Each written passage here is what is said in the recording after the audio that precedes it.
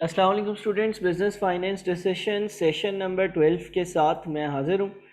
और आज का हमारा जो एजेंडा है वो economic internal rate of return है।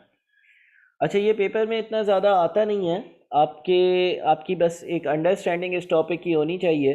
और जब हम पास पेपर्स करेंगे तब फिर इस पर मज़ीद बात करेंगे। तो ये एक 2 से 5 मिनट की आपसे डिस्कशन करनी है।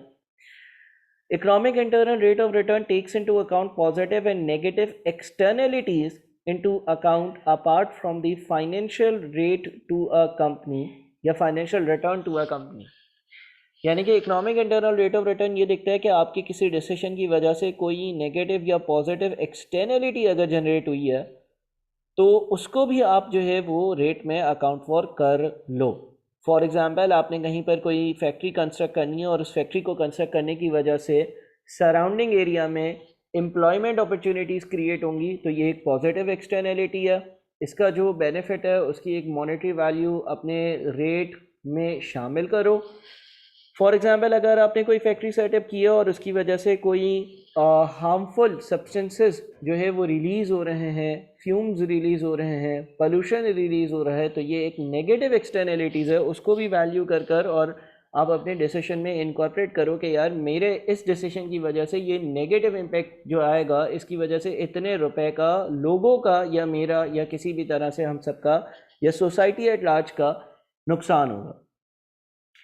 When a company is appraising a project to build a mine, it may have positive externalities such as creation of jobs in the local area and negative externalities such as air and noise pollution। जैसे कि मैंने example दी, ऐसी ही एक example यहाँ पर मौजूद।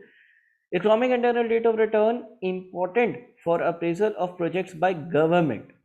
अगर कोई गवर्नमेंट किसी प्रोजेक्ट को अप्रेज कर रही होती है तो ऑब्वियसली उसने पूरा मुल्क जो है उसकी वेलफेयर को कंसिडर करना है। तो जब उसको पूरे मुल्क की वेलफेयर को कंसिडर करना है तो एक गवर्नमेंट इस चीज़ को ज़रूर इनकॉर्पोरेट करेगी। It may not be easy to identify externalities and to attach a value to a given externality. अगर मैं लेट से एक हार्मफुल सब्सटेंस रिलीज कर रहा हूँ तो उसकी वजह से कितना नुकसान हो रहा है, इसकी मॉनेटरी वैल्यू आइडेंटिफाई करना बड़ा मुश्किल है। इसको वैल्यू में मेजर करना बड़ा मुश्किल है।